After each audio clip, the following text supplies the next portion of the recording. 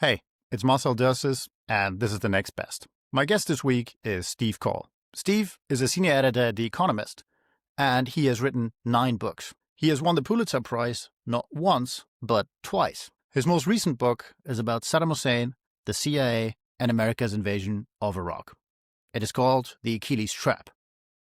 In this episode, we talk about Saddam Hussein's childhood, chemical weapon use against Iran, and a series of miscalculations that ultimately led to war. I had a lot of fun talking to Steve, and the discussion is relevant beyond America and Iraq because misunderstanding the opposite side can still lead to tragedy.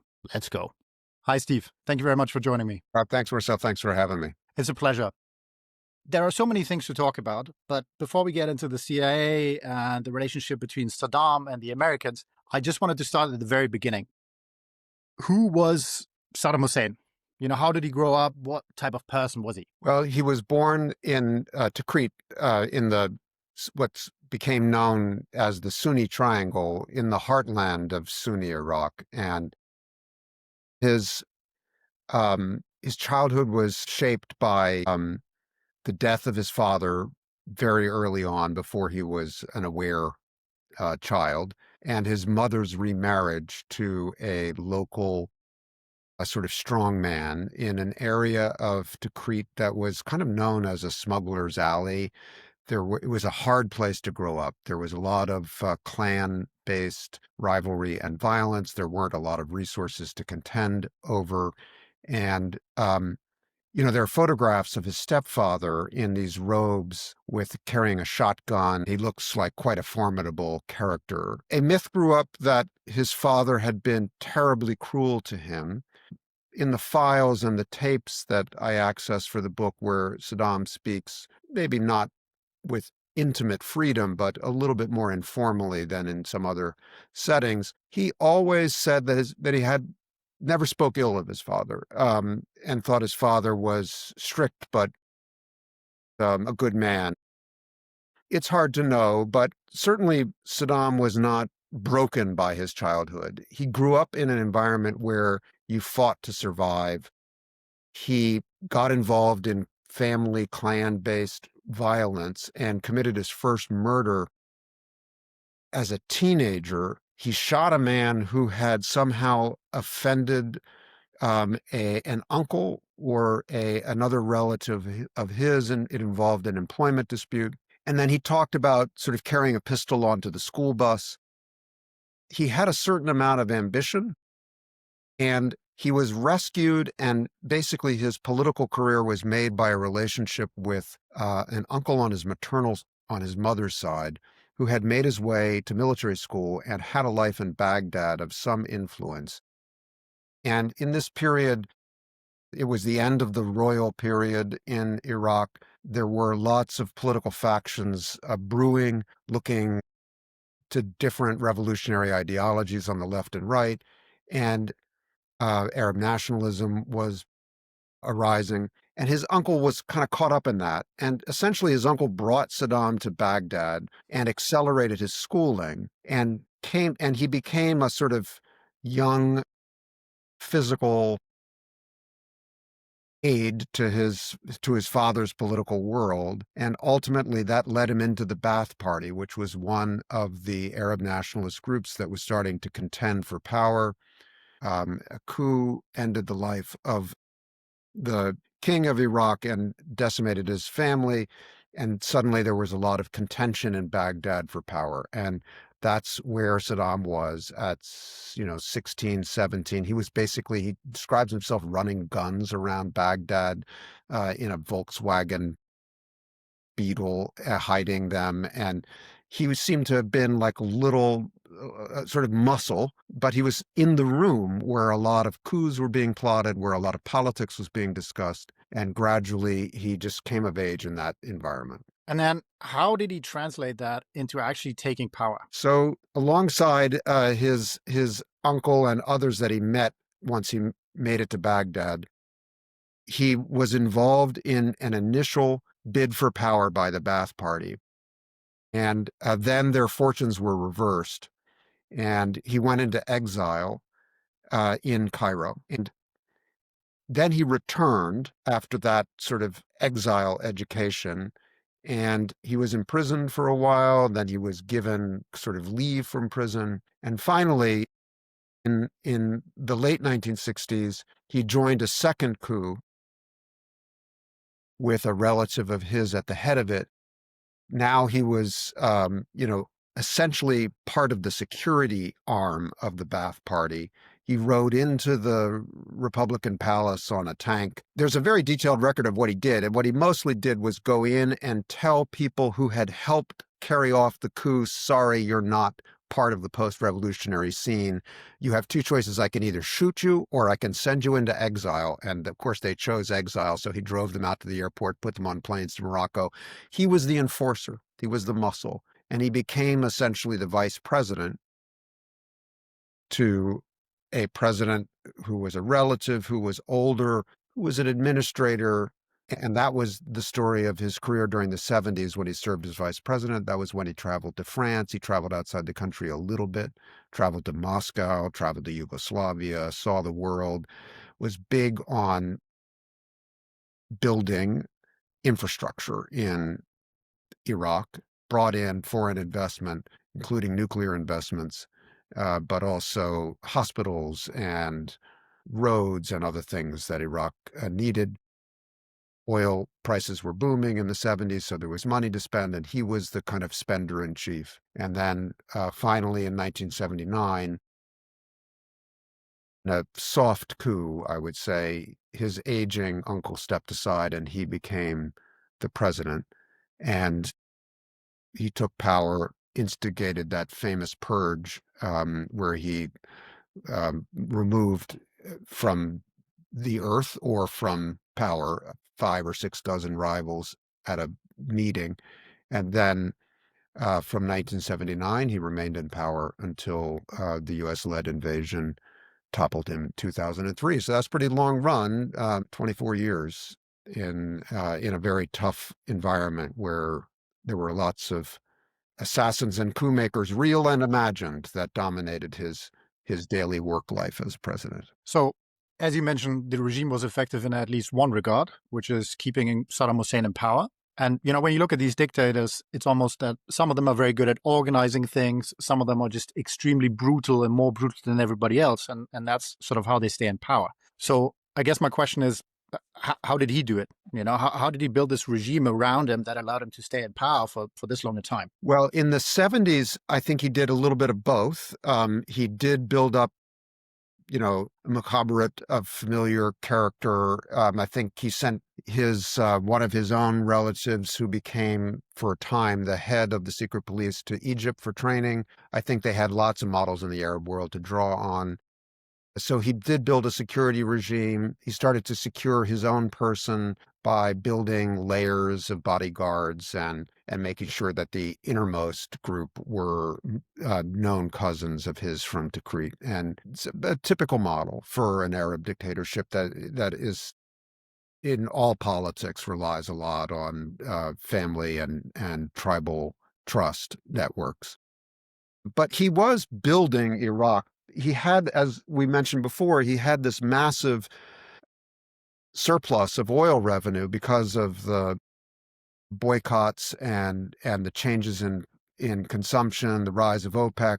Oil prices boomed, and Iraq was a big producer. And they went through a nationalization, and he was charismatic. He was an effective communicator. He built up a propaganda arm that was also modeled on Nasser and others, but was quite robust.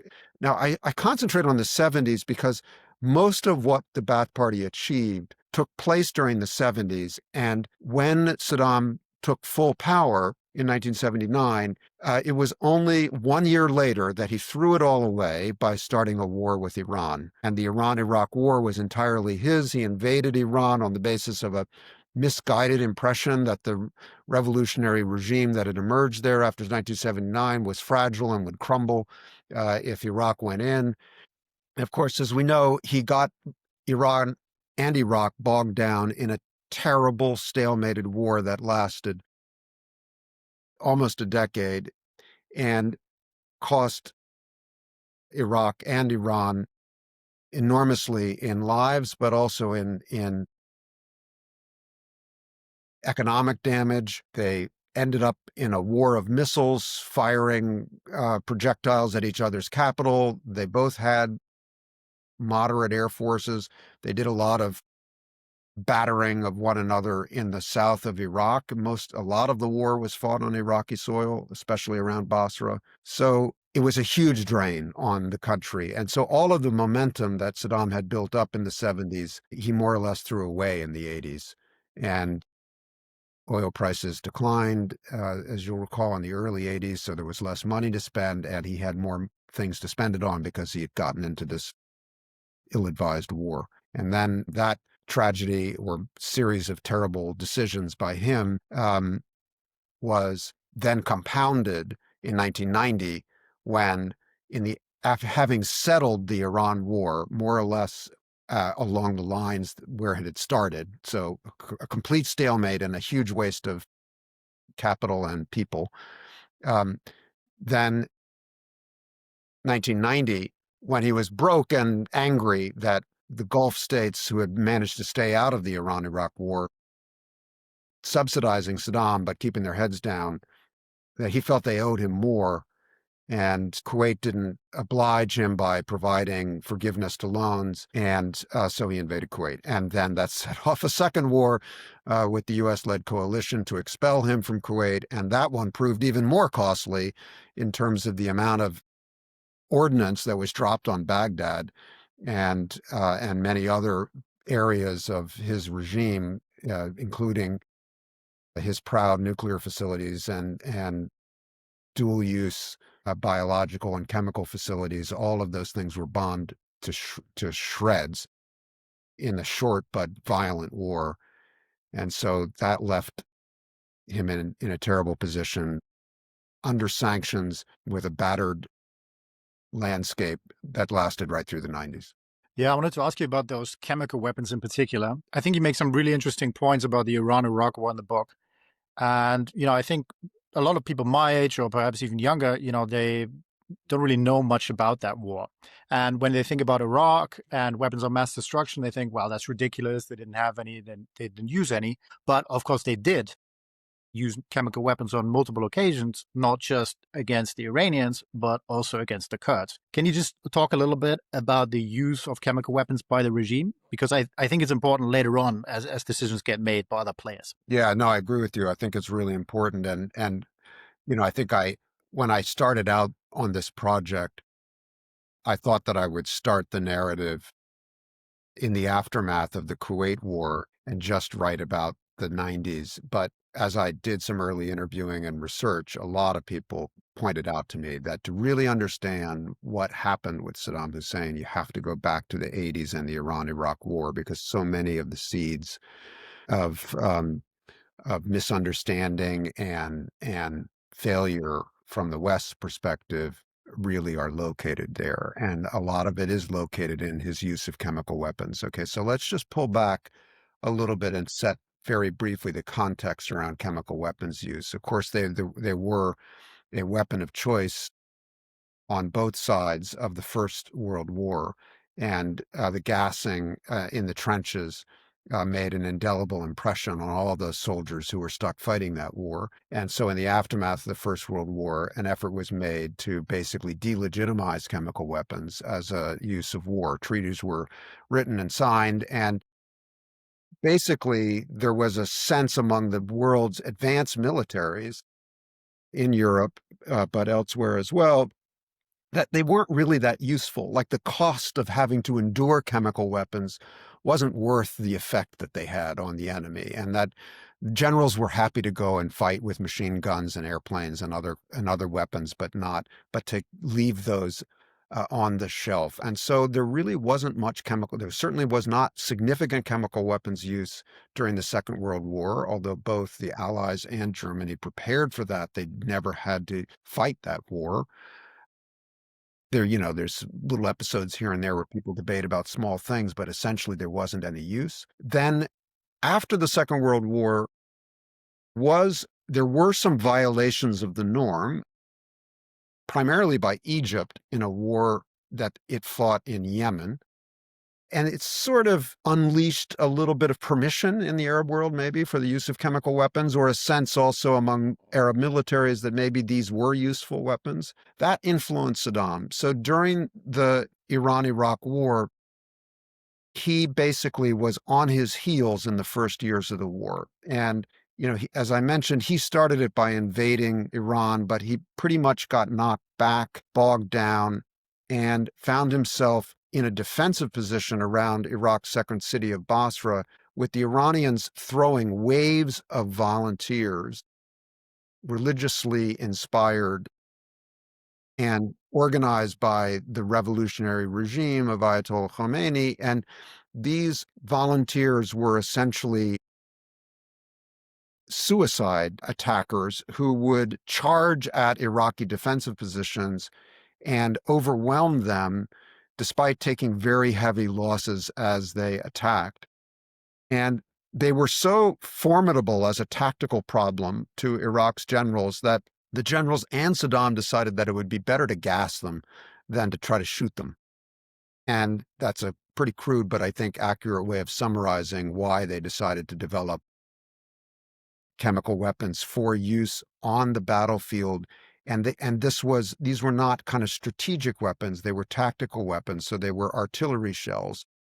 They were bombs that could be dropped out of aircraft, but primarily they were fired across trenches in the same manner as the First World War. And the purpose was to counter these human waves that were a tactical problem. Now, this was not a small aspect of the Iran-Iraq War. It became the winning weapon in the eyes of Saddam and his generals. And they developed an infrastructure to manufacture chemical weapons rapidly and at a large scale.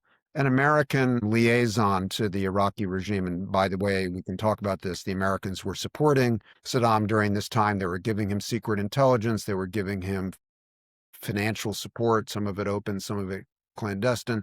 And they knew that what he was doing with the chemical weapons. It was inconvenient for the Reagan administration to have to acknowledge that this was happening.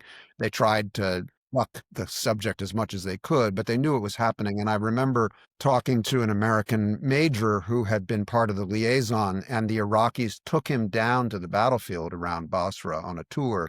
And he just found himself stepping through these trenches filled with disposed syringes, because part of the way you defend yourself against the effects of some of the sarin and other toxins they were using is to inject yourself with, partial antidotes. And so soldiers were deploying with these syringes and then just shooting themselves up and dropping them in the trench. So it was a gruesome, gruesome battlefield. And you mentioned the Kurds. So this infrastructure was built to defeat the Iranians, but restive Kurdish rebel groups, some of them allied with the Iranians or taking support from the Iranians, and they did start to get traction in throwing the Ba'ath regime out of some areas of Kurdistan, and then infamously, toward the end of the war, when he more or less had the Iranians in check, he unleashed a kind of counteroffensive against the Kurdish rebels that included gassing them from the air, in this case, primarily bombing Kurdish villages that were seen to be part of the rebellion. The best known case was at Halabja, in a town near the Iranian border, where they killed thousands of civilians, and the Iranians managed to get people in, including Western journalists, who could independently verify what had happened. Part of the problem with the Iran-Iraq War was that there weren't a lot of independent witnesses to what was happening on that battlefield. Very few. And the Kurdistan case was actually what woke the world up to the scale of Saddam's use of chemical weapons, because there were witnesses who could get in there within 48 or 72 hours of the gassings and document what had happened. And one more question about the Iran-Iraq War and America's involvement in that, because you've got this anecdote of a CIA officer being sent on a jet to Baghdad to convince the Iraqis to accept American assistance. So it's not even as if, the Iraqis were asking for it, but the Americans were asking them to take American support. And of course, Saddam Hussein was really skeptical because he didn't trust the Americans, and he thought that there might be some double play going on, and Yeah. that the Americans might even support the Iranians as well to just prolong the war and sort of grind both sides down. And he wasn't entirely wrong. No, yes, he was not entirely wrong. And that may even be slightly understated. He was largely right, as it turned out, although not quite as early as he thought or as extensively as he thought. Yeah, it's a fascinating episode. To begin with, that original CIA mission, which took place in the summer of 1982, when I went into the Reagan library and looked at the declassified files from the Reagan administration, it was fascinating to see, first of all, how much attention the American administration, the White House, was paying to who was doing well in the Iran-Iraq war and who was not. They were terrified that the Iranians would win the war. And because Iraq has a majority Shia population and the Iranian revolution was, of course, a Shia revolution,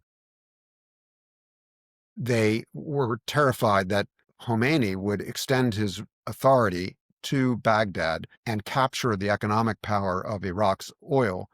And so they were watching the war closely from satellites, and they could see that Saddam was losing and that Saddam was making terrible tactical decisions, and he didn't really see what was coming. They specifically, in the spring of 1982, they thought that the Iranians were about to break through Iraq's lines at Basra, and they could drive on Baghdad and overthrow Saddam, as Khomeini had often promised he would do. So they sent this CIA officer into Baghdad, basically carrying satellite photographs and offering them as an advantage to Saddam. And the kind of mission was arranged by King Hussein of Jordan, who was a friend of the Americans, but also a friend of Saddam's. And he basically convinced Saddam's people to receive this CIA officer who comes in. And he has trouble, as you say, getting anyone to trust him. There are some parts of the Iraqi regime that want to see what the Americans have to offer, mainly the military itself, because they knew they were in trouble down there. And the Americans said, "We'll show you these photographs. You know, you can keep them, look at them." Actually, they were probably line drawings based on closely on photographs and topographical maps. But what happened was essentially Saddam said, "This is a trick. Whatever they're showing you is probably falsified. And it's all part of a scheme to enable a stalemate," as you said earlier. But the general said, "Look, boss, you're always right. However, we look at these maps about where the Iranians are positioned, and they're not wrong. Like we can confirm this. We can climb up the mountain or send a reconnaissance flight over. And yes, it turns out that we were missing this. They're massing there. And now we're seeing their positions in depth. We're seeing their logistical lines. We can see how to entrap them. And we can't get this information any other way. We have no way to fly safe reconnaissance flights that would give us a picture of what's on the other side of those mountains. And if the Americans, whatever their motivation is, this is accurate information that is going to help us on the battlefield. So please don't shut it off." And Saddam would say to his generals, "All right, I'm taking your professional advice, but I'm telling you, there's something else going on here. This is not what it seems to be." And he said that for a few years, but they still did take advantage of it. They held their lines. It was an advantage. And meanwhile, other reasons than the conduct of the Iran-Iraq war having to do with the hostage crisis that had unfolded in Lebanon, where Hezbollah, early Hezbollah, Iranian proxies in Lebanon seized Western hostages, held them, grabbed the CIA station chief in Beirut, tortured him, and the Americans desperately wanted to get some of these hostages free. Some of them were civilians, some of them were government people. And some Israeli interlocutors convinced the Americans to try to do business with Khomeini, to provide him with weapons that he needed in the Iran-Iraq war in exchange for the release of these hostages. And the Israelis were involved because the Israelis had a long-standing relationship with pre-revolutionary Iran. That was their sort of periphery strategy. Iran was their most important ally, maybe, in the region at the time. And they couldn't let it go after the revolution. They just kept thinking, well, we can maintain this even though the revolution was, founded in part on hostility to Israel, they kept maintaining contacts with elements of the revolutionary Iranian government, and they got the Americans to sort of play ball. And the Americans did supply anti-tank missiles that were used on the battlefronts in the Iran-Iraq War, and they didn't get anything in the end. The Iranians played them. They released one hostage, then they took another the next week, and it was a huge embarrassment, and it became a huge American scandal and was finally revealed in late 1986. And when it was revealed, we have the tapes of Saddam talking to his war cabinet the next day, in the next few days. And he was the least surprised world leader at this astonishing fact that the Americans had been doing this boneheaded thing of giving the Iranians weapons in exchange for hostages that were not in fact released. And he's quite funny about it with his cabinet. He's like, I told you all along, I told you this was happening. You said that I was being paranoid, but now we know. And then he'd say the lesson from this is that this is the order of things. This is the deep structure that we Iraqis must struggle against. There is a permanent alliance between the United States, the Israelis, and the Iranians. That is part of the way the world has been and will be. And so never be naive about it. I have never been naive about it, so you shouldn't be. And that ended up shaping a lot of his thinking later in the 90s, and he would even refer to it on the tapes when they would get into a discussion of whether the Americans could be trusted, whether the Americans really wanted to follow a diplomatic path that would take sanctions off of Iraq so that Iraq didn't fall apart completely. He would always remind people, the truth lies in the 80s.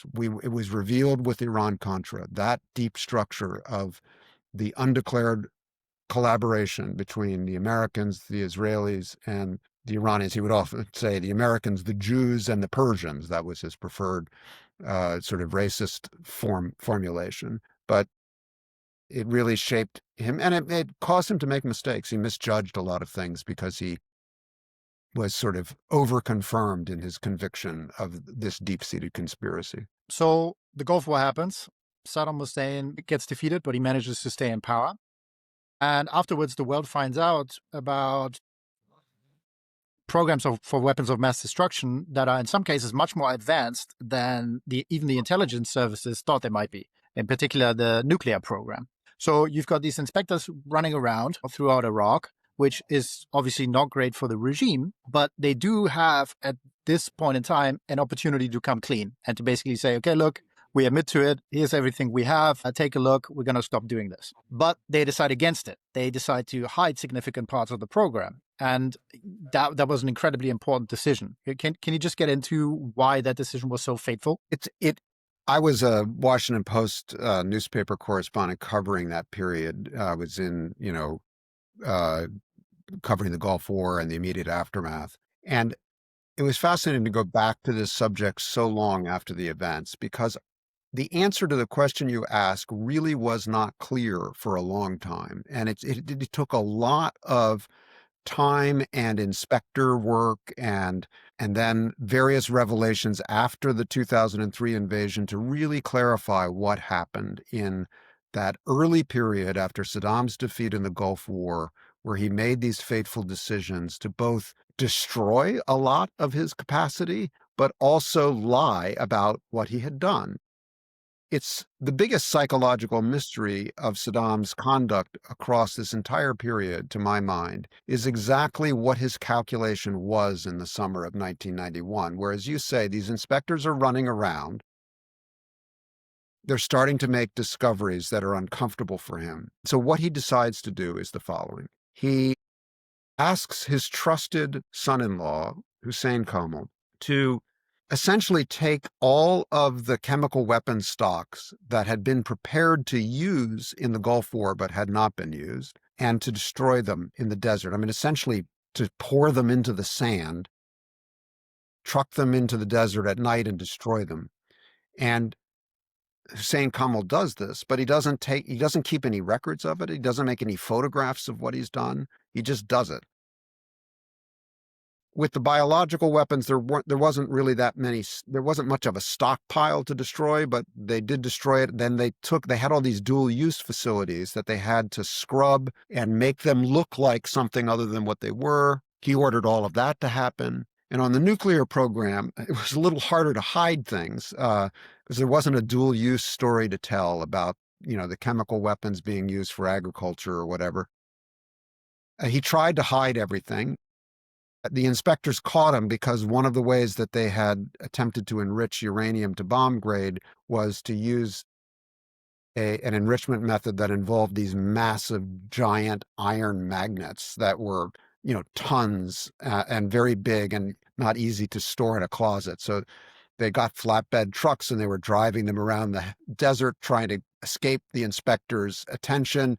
But the magnets were so heavy that the trucks couldn't go faster than 5 miles an hour. So the inspectors caught up with them, took lots of photographs, so they got caught, but they lied about it. So the big picture here is the inspectors had every reason to think that Saddam was hiding the truth about his weapons of mass destruction programs, all three of them, the nuclear program, the chemical weapons program, and the biological weapons program, because there was enough evidence of those programs not being of being available, files, records of past tests. Not everything was destroyed or hidden. They tried, the Iraqis, to hide as much as they could, but inevitably they left things in file drawers that the inspectors discovered. And then there was equipment like the iron magnets that they really just couldn't hide. And then they would just lie about it. That only deepened the inspectors' suspicions. And so you ask the question, why would Saddam destroy essentially his capacity in all three of these programs and then lie about it? It seems like the worst of both worlds. On the one hand, his purpose is not to get caught by the inspectors because he wants there to be nothing to find. And he hopes that if there's nothing to find, he can get out of the sanctions that have been imposed on him. But he doesn't want to come clean by fully cooperating with the inspectors. And I spent a lot of time trying to ask, well, if you're going to destroy it anyway, why lie about it? Like, why not destroy it with the inspectors so that they can assert to the Security Council that you have in fact cooperated and destroyed things, and then you'll get the sanctions relief, which is your goal, and that will help you stay in power. Why didn't you do that? And I, in the way authors talk to themselves, I talked to myself about that question for a year, like, why?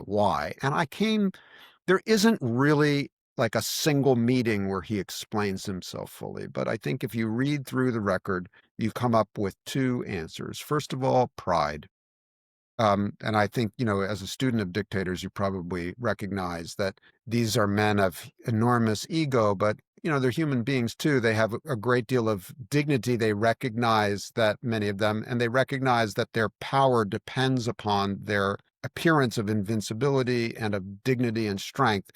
And both intrinsically as people, but also as tacticians, they can't afford to be humiliated.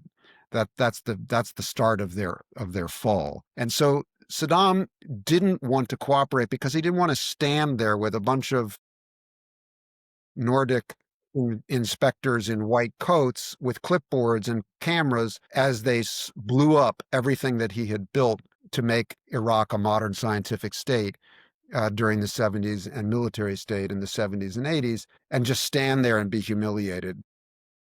This would undermine his power at home and his standing in the region where he was seen as the big bad guy compared to the weaker but rich oil-producing Gulf states. Secondly, and this becomes critical to understanding his behavior later, just as he always thought that his comrades and the diplomats who supported him in the Ba'ath Party failed to understand the deep, permanent conspiracy among the Americans, the Israelis, and the Iranians, he also thought that his comrades and diplomats failed to understand that this whole game of sanctions relief was a lie, that they never would give him sanctions relief, that they only used sanctions and inspections as a way to pressure him, but that their goal was his removal, and they would never give him sanctions relief until he was gone.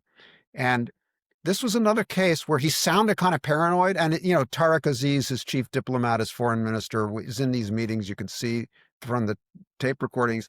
He's saying, yeah, but boss, like, I'm this close to getting a vote at the Security Council. The Russians really want to help us. The French really want to help us. They want contracts. It's in their interest. Like, they want sanctions relief. But they just need us to give them enough of an argument to persuade the Americans and the Brits in the sanctions committee that you really are cooperating. So let's cooperate. And then I think we can get there. And Saddam would say, look, you're a diplomat, do what diplomats do. I'm glad you're negotiating. We do need cooperation from the Russians and the French, but I'm telling you, they're never going to give us sanctions relief. You're on a doomed mission. I'm happy for you to go to New York. And I listen to your reports, but I'm telling you, there's a permanent desire of the Americans in particular to overthrow me, and they're never going to allow me to re-strengthen the regime by giving sanctions relief. And he turned out to be right about that. And during the second Clinton term, Madeleine Albright, his Secretary of State at the time, gave a speech during debates about sanctions in which she said, look, the American position is, doesn't matter what Saddam does to cooperate with the international inspectors. We're never going to allow sanctions to be taken off until he's gone. And so we don't have a tape of that one as we do after the Iran-Contra revelations, but we can imagine him coming into his war cabinet saying, see, I told you, I've been telling you this for the last 5 years, and now they've announced it in public.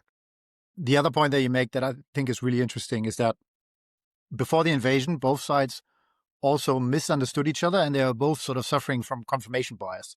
So on the one hand, these inspectors run around and they try to find anything that they can that would be incriminating.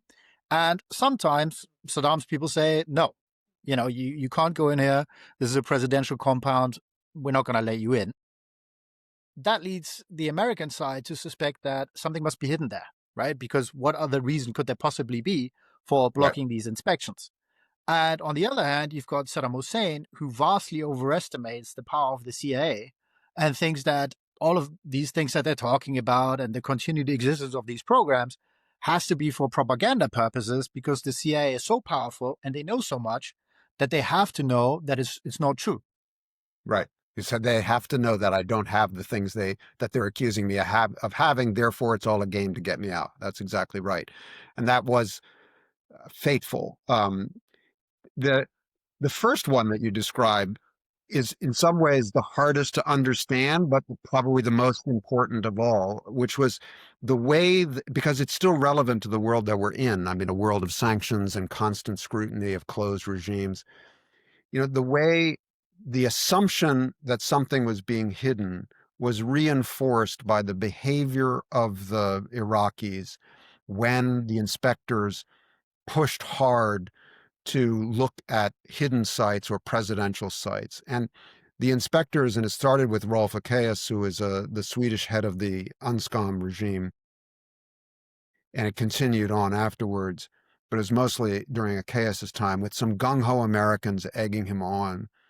They decided that A, Saddam had to be hiding something. B, we've looked at all the obvious places we can't find anything. C, that means he must be hiding it in his most personal compounds, the ones that no Iraqis or anyone else can get into. So we have the authority from the Security Council. Let's start doing surprise raids at his most sensitive places, his palaces, his offices. And when they would show up, of course, Saddam's bodyguard is like, I'm sorry, nobody is allowed in here. Like, nobody. You cannot come in here. I don't care what the UN says. And Saddam was like, this is not about, because he knew that there was nothing significance in those compounds. So again, he's like, this is not about the weapons. This is not about sanctions. This is about trying to overthrow me. Why do they want access to my presidential compounds? Because they're planning a coup against me, because they want details about my security regime. Indeed, the Americans were curious about those things. That's one of the reasons why they were doing these provocative raids. But it was just each side reinforced the other's priors by their behavior. When I was researching this, somebody said to me, not in sympathy to Saddam, but just in trying to explain why we should learn from this experience about the ways we interpret reactions of closed regimes that resist inspection. And he said, look, suppose the United States was under some kind of occupation stroke inspection regime, and it involved the nuclear missile force, and a lot of it was people running around in North Dakota looking at missiles. But then suddenly they turned up at 1600 Pennsylvania Avenue without an appointment, came to the gate and said, we're going into the West Wing, and we're going to be looking at all of your files in the Nuclear Security Directorate right now. And we want to see all the classified memos and presidential memos and so forth. I mean, what president would allow that to happen? Nobody. Of course you would say no. And then if that no is seen as evidence that you're really hiding something in the West Wing, I mean, that's silly. No, you just wouldn't let it's too close to the core definitions of sovereignty that any president would defend. One alternative to an invasion would be covert action of some kind. And at one point, the CIA was tasked with taking down the regime without an invasion. Why was that so difficult? Why is it so difficult to bring down these kinds of leaders through covert action? One explanation is that Saddam was brilliant at his own security. I think in the land of paranoid dictators with tactical plans to keep themselves secure, he was up there in the upper percentiles of his tactical ability. First of all, he was benefiting from a tight clan-based society that was under a lot of pressure, and where people didn't trust abstract politics. They trusted kin networks, family most of all, and then outer family, cousins, and then tribal affiliation. And he built his security around that trust network, and it proved resilient. There were people who could slip inside. You had Kurdish people, Kurdish maids cleaning the palaces and washing the floors. You had Kurdish drivers. Those people could be recruited. They could see what they could see, but none of them could get into a room with Saddam Hussein with a weapon. He was very good, and he was brutal and ruthless about responding to any perceived threat, even on the perimeter of his security apparatus. So he was good, and then the CIA was poor. They didn't have sources. There hadn't been an American embassy in Baghdad to work from, or any other diplomatic platform to work from to recruit human sources, which is how spies generally go about it in country. Even if they do most of the meetings outside the country, you have to have some kind of platform, especially if you're dealing with a police state with intense surveillance of every foreigner who's stationed in Baghdad. And they didn't, so the embassy had closed before the Gulf War, had never reopened. As the 90s went on and the ambitions for covert action increased, the source network that the Americans had atrophied. The only real sources they had were the Kurds, who were cooperative, and they did have access to Baghdad, but they didn't have power in Baghdad, and they weren't part of the trust networks that Saddam relied on.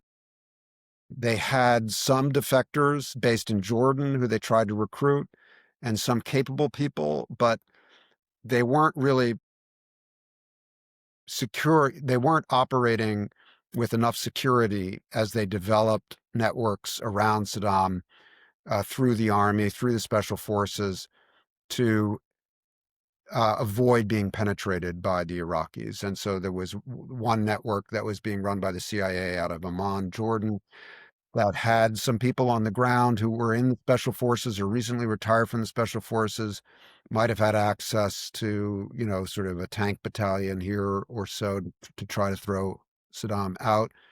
But the Iraqi counterintelligence figured out who these guys were fairly early on, and then just did what intelligence services do when they see a plot like this, was instead of arresting everybody, they just watched them until they were confident that they knew the full scope of the network, and then they arrested and killed them.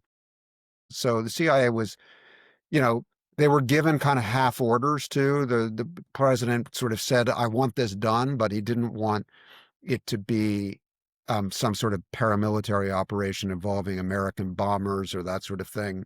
No Bay of Pigs. Make this bloodless, make it invisible, but get it done. That was kind of the orders. And the CIA people who did that for a living, some of them were gung ho, but they gradually became frustrated that this was just mission impossible. And it was, they say about covert action, even at the CIA, and I think most intelligence services would say this, covert action is almost certain to fail if it is used as a substitute for foreign policy. Like if you want the spies to do something and it's aligned with what everybody else in the government is doing, what your diplomats are doing, what your military is doing, like they can be effective. They can do stuff that conventional military can't do. But if you just send them out there on their own to solve a foreign policy problem that you're not willing to use the military or your diplomats or your allies to solve, you're probably going to end up with a mess. And it happens over and over again, but presidents don't seem to get the memo. They just keep doing it. Yeah, I think it's a nice middle way between not doing anything and taking the risk of an invasion. You do something, but it's much lower risk than actually going in and risking a lot of casualties. But yeah, I mean, on that sort of fight between the CIA and the regime, there's a quote that really struck with me, and it's about the competitive advantage of the regime, I suppose. And it's the CIA might offer to pay somebody $5 million to overthrow Saddam, but if the operation failed, Saddam would take the coup maker and drill through his kneecaps, burn him in acid, slaughter his family, wipe out his village, and throw salt onto the ground so nothing grows. The CIA can't compete with that. Yeah. That quote comes from the guy who was running the CIA's operation, a kind of a wonderful, charming Cuban who somehow got the brief to run this coup operation, and he was relating that assessment to me when I was researching the book, but he was describing it as what he tried to explain to the President of the United States. He was like trying to explain, because at the end, the CIA's position was, please do not ask us to do this. We have cost enough brave Iraqis who are cooperating with us enough death and suffering within their families because of the failed operations that were unraveled by the Iraqis. If you want us to play a part in overthrowing Saddam, there's a lot we can do, but don't expect us to do this, alone. And this is why. And so then he sort of said, and this is what I told them, like, we can't compete with the costs of failure. Before I let you go, I've got one more question. Obviously, it's a book about Saddam Hussein. It's a book about the CIA. It's a book about America's invasion of Iraq. But what do you think we can learn more generally about the way that the world works from the book and everything that you've researched? Yeah, I think the main thing, and it's not possible to digest a simple principle from it, but the main thing that struck me was how difficult it was from Washington or London or even Paris, where they had more ongoing relationships and played their kind of middle game, to accurately understand Saddam's calculations. And it was so consequential to get it wrong, but so difficult to open your mind to the kind of empathy or understanding of such a brutal and unattractive figure on the global landscape, but to really understand how he thought. What you need to do is to just understand how much there is in these closed regimes, in the inner circle around the dictator, that you simply do not know. You have to account for what you don't know, and to be humble enough to accept that there's a lot that you don't know. And yes, you can try to find it out. It will be difficult, but you should. But you shouldn't make assumptions about other leaders' calculations on the basis of such poor information. And unfortunately, these are closed systems. And so they are designed to prevent you from understanding what's going on, because they don't want their own people to understand what's going on. Yeah. And so, yeah, just I think a little bit of humility would go a long way. Well, Thank you very much for joining me. Thank you very much for taking the time to chat. That was fascinating. Well, thank you. I enjoyed the questions and appreciate the sophistication of what you're doing. And thanks for having me on. That's it for this episode. If you want to stay in touch, like the podcast and subscribe. And if you have feedback or suggestions, leave a comment. I'll see you soon.